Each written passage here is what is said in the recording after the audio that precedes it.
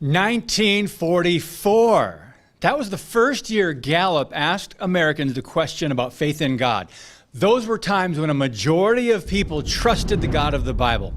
From 1953 to 1967, for example, 98% of U.S. adults believed in God. Fast forward now to 2022, when only 81% of Americans say they believe in God, according to a new Gallup poll. Now, the survey released Friday shows the steady decline over the years of American adults who believe in God. So why are more people losing faith, and is it possible to slow down the decline?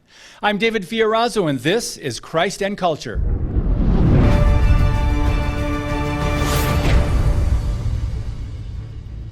In a country like America, it may surprise us that polls consistently reveal a falling away.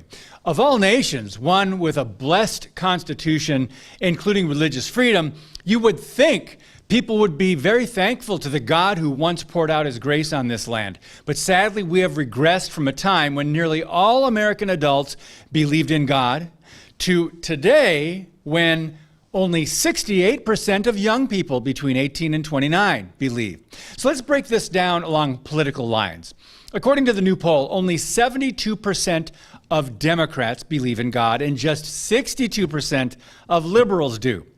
In contrast, 92% of Republicans and 94% of conservatives say they believe in God. So that's quite telling. And as we know, morality or immorality in public policy and legislation generally follow the worldview of the political party, right? Now, these results fall in line with recent polling a few years back, exposing another decline: church attendance.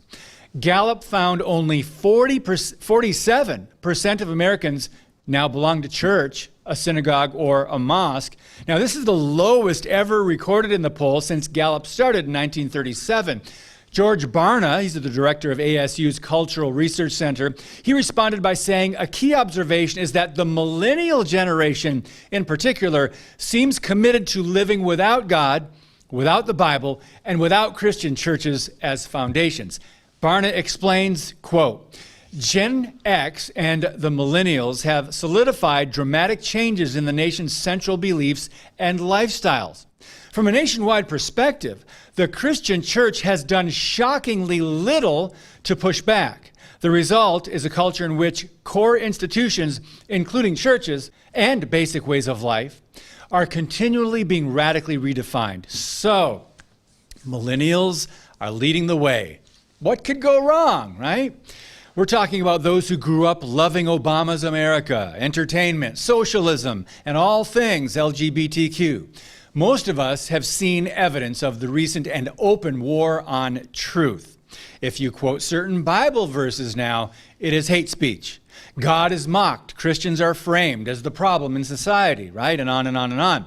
Young social justice activists have been discipled by the secular government education system, the Democrat media, big tech conglomerate, Hollywood, and they have influenced Christians to conform to the world. Many former professing Christians had no foundation, apparently, of biblical faith rooted in Scripture, but instead had fallen prey, perhaps, to your best life now theological psychobabble and the liberal apostate churches. The anti-Christian coexist philosophy has also been a popular slogan for decades and has duped people into moral relativistic thinking that would claim, as Oprah did on her TV show in the 90s, there can't possibly be just one way to God. She also went on to say, there are many paths to what you call God, Christians. Now, Jesus, the truth, and exclusivity are no longer options for this generation of godlessness, for a nation that, if they were once interested in God, might lean toward religious pluralism instead now. Let's dig just a bit further here.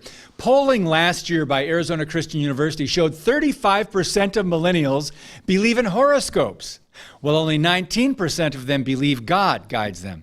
In addition, more millennials believe in astrology than in the one who created and sustains all things. They trust in the stars, but ignore the maker of those stars. Now, we could exhaust the findings and crunch more numbers, but we won't because it gets tedious. One, however, under-addressed cause of the moral decline in the U.S. and the exodus from churches is the fact many of today's church leaders do not even have a biblical worldview. Many pastors are not preaching the whole counsel of God.